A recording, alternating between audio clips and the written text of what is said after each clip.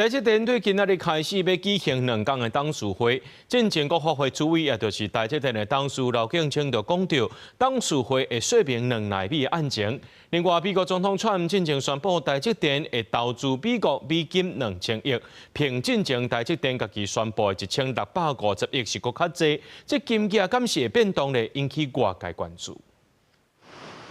台积电董事会11举行，会连续举行2天。国发会主委也是台积电董事会刘敬清进前表示，台积电董事会会说明2奈米案情。董事会除了听调查报告，也会强化技术保密机制。因为这个涉嫌卷入台积电2奈米制程泄露秘密的工程师，其中3个拢是清华大学的校友，引起产业界甲教育界正关心。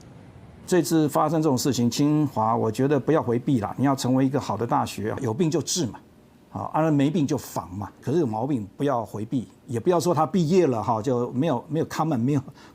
不予置评。顶礼拜五，台积电股价受到可能得到美国协免半导体关税激励台股攻上24000点。不过因为美国对台湾的对顶关税是个他起的方式，这个消息致使11个台股开盘把破24000点。不过台积电开价走悬，盘中搁捌冲上1195块的新关价。不过尾盘收回涨停收伫1180块起5块，带动大盘由乌变红收伫24135点起114点。这届台积电董事会讨论的内容，那是泄露秘密案，佮包括美国总统川普对外宣布台积电要增加投资美国，为本来的1650亿提升到2000亿美金。另外传出川普有意爱台积电介入英特尔的经营，甚至入股，这恐惊拢是讨论的议题。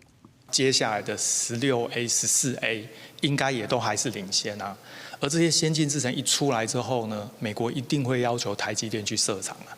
这就是为什么实务上有没有可能再加350亿美金，这个确实是有可能啊。 专家分析，以台积电来讲，爱加投资350亿的美金，还佫伫会当接受的范围内。台积电是讲会伫12董事会结束了后，对外发布新闻稿说明。